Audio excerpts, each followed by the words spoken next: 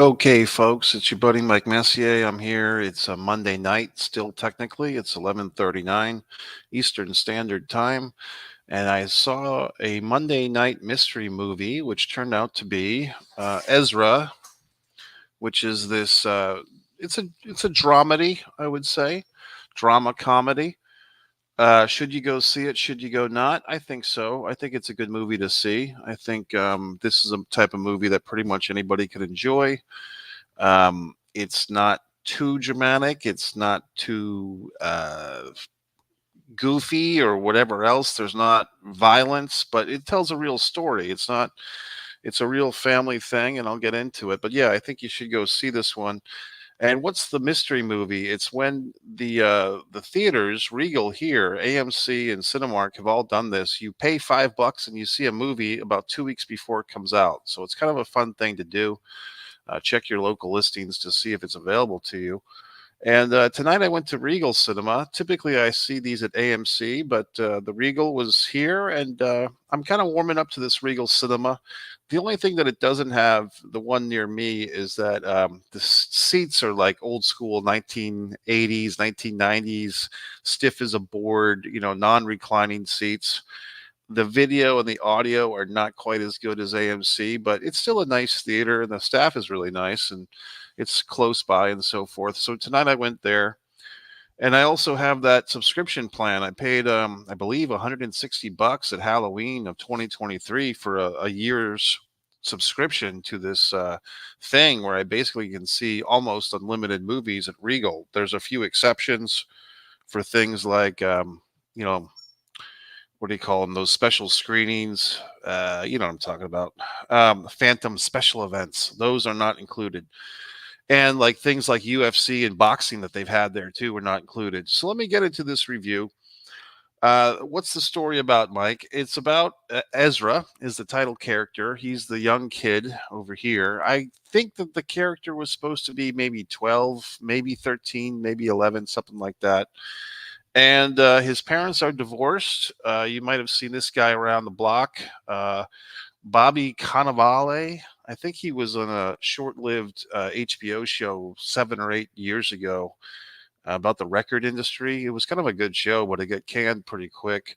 Bobby Cannavale, if I'm saying that right, and Robert De Niro plays his father. That's like the new big thing these days for like Italian American actors. Like they want to hire seemingly Robert De Niro to play their dad. And hey, look, if I could hire Robert De Niro to play my dad, I'd want to do that too. So I can't really blame anybody. But I remember a movie about 2 years ago where De Niro played some other Italian American comedian guy's father, and they went to like the hoity toity in law's house and shtick boom bam. Who else? Rose Byrne or Byrne. I can't say these names right. Rose Byrne, or Byron, the whatever the fuck. Very attractive woman. She plays the ex-wife, and that's always a good thing. You know, if you're going to make a movie, have an attractive ex-wife in there. And she's got a guy that plays her new boyfriend. Trying to find his name in this thing. I'm looking at the IMDb Pro on my other monitor here because I wanted to get some of these names right. Typically, as you might know, I do these Mike's Instant Movie reviews in the parking lot in my car. Tonight, I had a situation where I could not do that, and I just figured it might be fun to do this live and see if anyone's out there. If you happen to be watching, you can comment. You might have to go to the actual YouTube channel, One Man in a Camera Films. If you're watching this on Facebook, people say that all the time. They're watching on Facebook, they're watching on Twitter, and they say, gee whiz, Mike, I always comment and you don't reply. Well, that's because you're not going to the YouTube channel and leaving your comment in the proper fashion. Okay. God. So I'm trying to find whoever played the boyfriend guy here, and I'm not having much luck finding his name. But there was, that's another good thing about movies is you hire some guy to play the ex-wife's boyfriend and all that conflict. And actually, when I thought about the movie afterwards, and I guess I'll get into spoilers now, by the way. So if you want to see this movie, you don't want to hear the spoilers, I guess you have to check out now. But come back, go see the movie, and come back and watch the rest of the review, and we can compare notes as if we're friends. So. Uh, I can't find this fucking guy's name. Rainn Wilson from The Office. Always nice to see an Office actor in a movie that these office people don't get terribly typecast. But Rainn Wilson's had a pretty big career. I mean, I remember him back on the show 6 Feet Under way back when.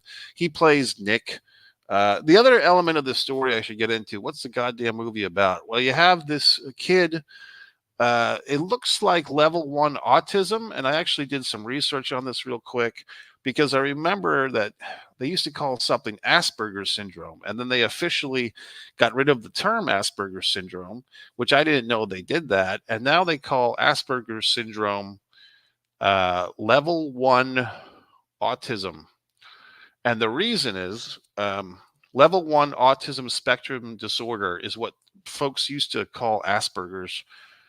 Apparently, the person that Asperger was named after, an Austrian pediatrician, Hans Asperger, um, the condition was named after him. Okay, he did not coin the term himself. The term was coined in 1981 by a British psychiatrist, Lorna Wing, and she named Asperger's syndrome after this Austrian pediatrician because he had done some work with 4 kids and kind of like diagnosed them with stuff. He says they were 4 children who were highly intelligent but socially awkward and physically clumsy.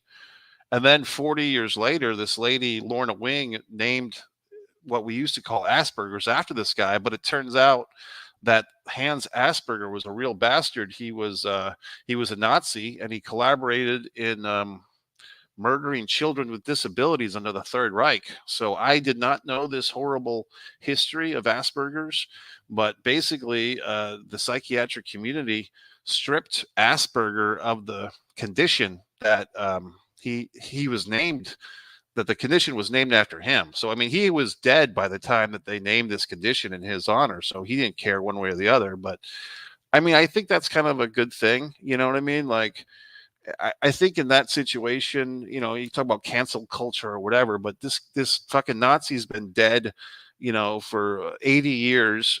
Well, I guess in 2013, so I guess 70 years at that point, or however long he's been dead. And does he really care one way or another if he's got a condition named after him? Not really, because he's dead. And it's not kind of a cool thing to name people with a condition, honoring, in a sense, an individual who killed children. So, you know, fuck them. So anyway, the kid in this movie, and yes, it has a bit of a Rain Man vibe. Okay, if you remember the Tom Cruise movie where Dustin Hoffman played the Rain Man, the brother Raymond, Rain Man, Raymond, with autism. I would say that Rain Man was probably a level 3. I'm just going by this one article. I'm not a psychiatrist, folks. I know I look like one. But basically, the kid in this movie, Ezra, looks like he might be level 1. And I would say that the Dustin Hoffman's Rain Man was level 3. And I guess the divisions here are that autism 1 is like, you know, the person needs some support to get by in life. And level 2 is they need a little bit more support. And then level 3 is, so the real thing here is level 1 ASD, requiring support. Level 2, requiring substantial support. Level 3, requiring very substantial support.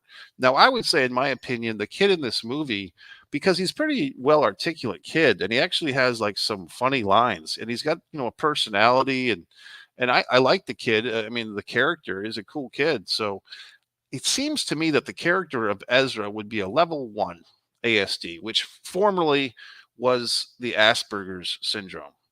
Okay, but not anymore, because Asperger is a son of a bitch. So he looks to me like he's somewhere between level 1 and level 2. But the other thing is, he's like a 12 or 13-year-old kid. So any kid at 12 or 13 requires support. You know what I mean? And he's also a child of divorce. His parents are squabbling. He's got this, you know, his hot mom's dating this guy, this prick. And his father's a comedian with aggressive anger disorder. And that's another thing that we get into in this movie, is that the father character has all these anger issues. And his father's character, played by De Niro, he's got anger issues. So all these men have these anger issues. So this movie is multi-layered, you know, and it comes in at 100 minutes. I mean, I think they could have. A lot of times, I'm happy when a movie is over because I just want to like get on with my life. But in this scenario, I felt like we could have gone another 10 or 20 minutes. They do have a couple of little scenes after the end credits, but basically, what's this story about? It's about a father and a son. A father who has a son with a disability. The father kind of has his own disabilities. He's got rage. And when he's able to put that rage to good use, he puts it into his stand up comedy routine. Whoopi Goldberg, by the way, plays a comedy agent, I guess you'd say, like a comedy manager who's trying to get this guy on the Jimmy Kimmel show. That's a whole other part of the story. In case you've seen the previews or whatever, I guess the plot line basically, it's kind of complicated, but the kid, Ezra, is like lashing out at school, and he gets into a kind of a bad situation, and the school wants to give the kid Ritalin. They want to give him medications. I guess the kid's in a public school, and they're basically, for whatever reason, the kid is a warden of the state, even though his divorced parents, have custody of him. I guess because the kid's been diagnosed with autism, that they call him a warden of the state, which I didn't quite understand how that works. But basically, the state is saying, we want to put your kid on Ritalin. And the two divorced parents go to the teacher's office, and no, it's good cop, bad cop. The mom is playing good cop. The dad, Bobby Cannavale, is playing tough guy, macho guy. He doesn't want his kid to be put on Ritalin, and he ends up punching a school executive. And once he punches the executive, then he has to go to jail, and he makes a deal that they will not press the charges against him for assault if he shuts up and lets his kid get put on Ritalin, which he doesn't want to do. So then you have this whole other thing, which I have enough Italian American friends that I can say this. Italian American people kind of have a stereotype that's kind of true, that they don't particularly want to go to doctors. They don't particularly want to admit any type of weakness, or I need help, or I need medications. It's just not in the libido of the Italian people. That's what I've been told by a real live Italian friend of mine, that the Italian people do not want to go see the doctor, and they don't want to take pills, and they don't want their sons to take pills like Ritalin. So we kind of get into that type of deal. And furthermore, then the father is also like banned from seeing his son for 30 days. And then they take the kid, Ezra, to the school, and they get him jacked up on Ritalin. I should have mentioned earlier that there's a car accident that happens before this. And the reason the car accident happens is because Ezra hears his mother's boyfriend jokingly say that he's going to kill Ezra's father. Like, when people are in a couple and there's like an ex-spouse involved, and they're just joking around, and like the new boyfriend jokingly says he's going to have Ezra's father whacked. And it's a joke, you know what I mean? And we as adults get the humor, you know what I mean? But the poor little Ezra thinks that his father is really in trouble. He thinks that this, mommy's boyfriend's going to kill my dad. And, I think any kid would actually think this, to tell you the truth. I think any 12-year-old kid would kind of miss the humor in that. So the kid runs out of the house. He's scared. He's barefoot. He's wearing his pajamas. And then he's running down the street. I think this is supposed to be in New York City or some such thing. And a dog barks at him. And so the kid like runs into the fucking street, and he basically gets hit by a fucking taxi cab, which, I mean, is there still taxi cabs in the world? Apparently in this movie there are. So then the kid goes to the hospital, and then the whole deal with the Ritalin takes place. So now we catch up. The kid, Ezra, is going to, he's taken the Ritalin. He's at the school with the Ritalin. His father is kind of, sneaking around. At least the father cares. And he sees that his kid's all sad and drugged up. And then the father decides to kidnap his own son. And off we go to the road trip. So if you remember, the only movie I can compare this to, once again, is Rain Man. In Rain Man, Tom Cruise and Dustin Hoffman, as the brothers who just met each other, go on this road trip so that Cruise can get money somehow. I think they had like a will that they were inheriting, and Cruise had to do something with his brother to get the money. And in this one, it's kind of odd because the father, it doesn't seem like he has much of a fucking plan except just to take the kid and run. And we don't really know what he's going to do. and they've actually gained some traction. Like they're on the road, they're on the lam, but there's really no game plan that I can remember until he gets this phone call from the Whoopi Goldberg character. And at this point, I kind of ducked out of I had to get a drink. I had to use the facilities. So I kind of took a little break from the movie. So maybe I missed something, maybe I didn't. But the whole point was she's saying, "Hey, Mr. Comedian guy, Jimmy Kimmel wants to book you on the show." And blah blah blah. So now his road trip, which has already started, has got some direction. That if I can get my son and myself to LA, I can be on the Jimmy Kimmel show. I can advance my career. I can become a famous comedian, and I can pay some of these, bills, whether they're the private education bills.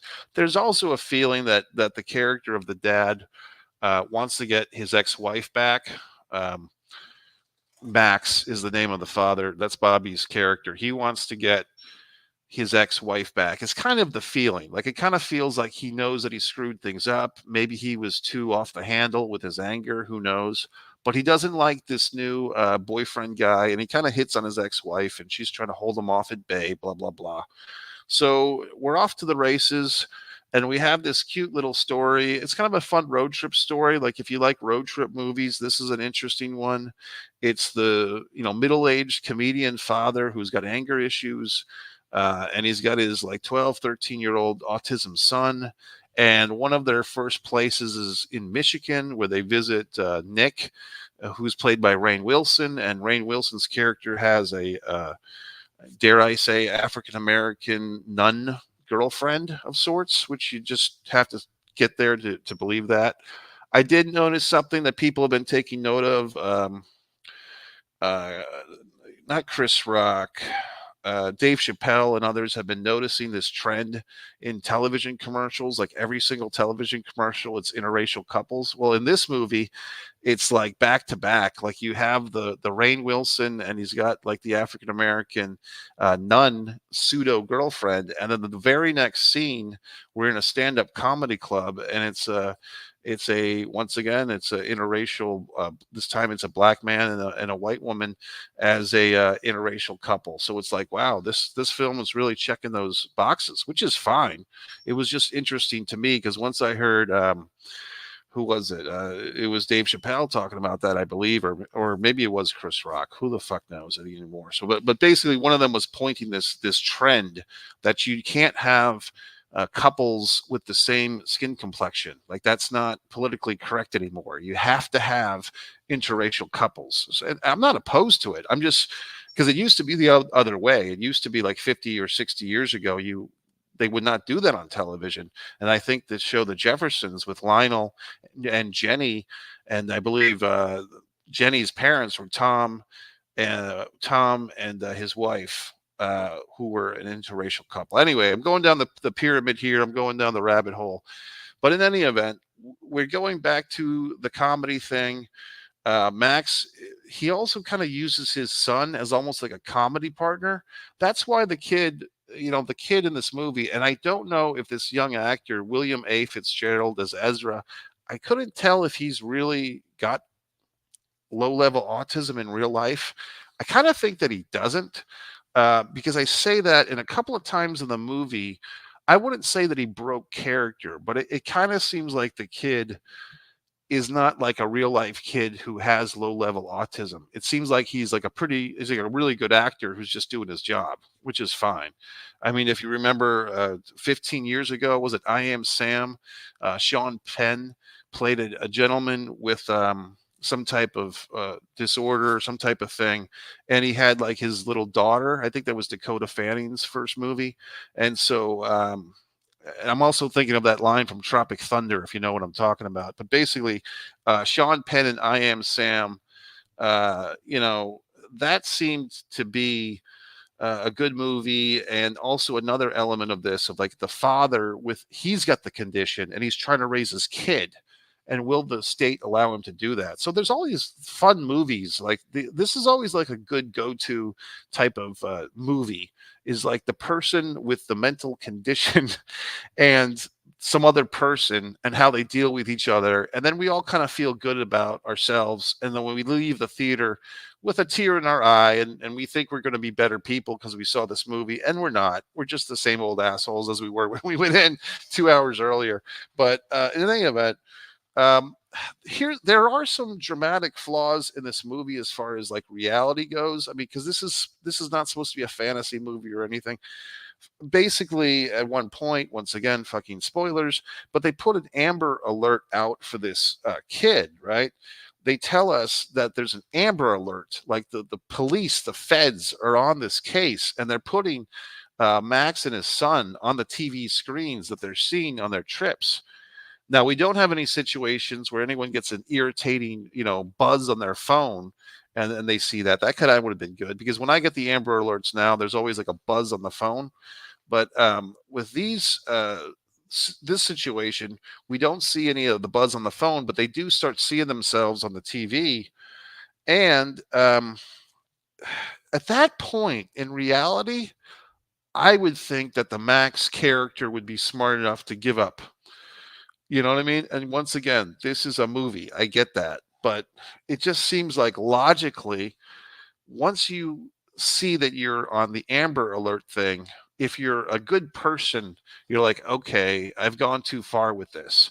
But this is the exploration of the film. I mean, this is why we're here, is because Max is so stubborn and pig-headed, and he's a little bit delusional himself, and he's got these anger issues. And so you're kind of wondering, hey, even if the son Ezra wasn't born with this condition, he might have been kind of fucked up anyway, because like, his grandfather's kind of fucked up. We learned he's kind of, his father's fucked up, and the poor wife. And the whole time I'm watching this movie, I was thinking she was the lady from This Is 40, that actress, the one with the husband, Judd Apatow.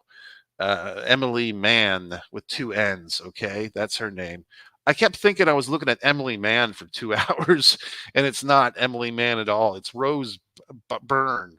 You know what I mean? So all these people with all these faces, it's hard to keep up with them. But I thought I was watching because if you look at her, this Rose Byrne, have you seen these things where it's like this asshole actor looks like this asshole actor? Like you could put Rose Byrne and Emily Mann as like, hey, it's the same person, and they're both very lovely and all that crap. Rose Byrne has been in Spy, which I don't think I saw, Insidious, which I did see, Neighbors, which I kind of saw, and Bridesmaids, which I've seen. Yeah, but she's been around the block. What else?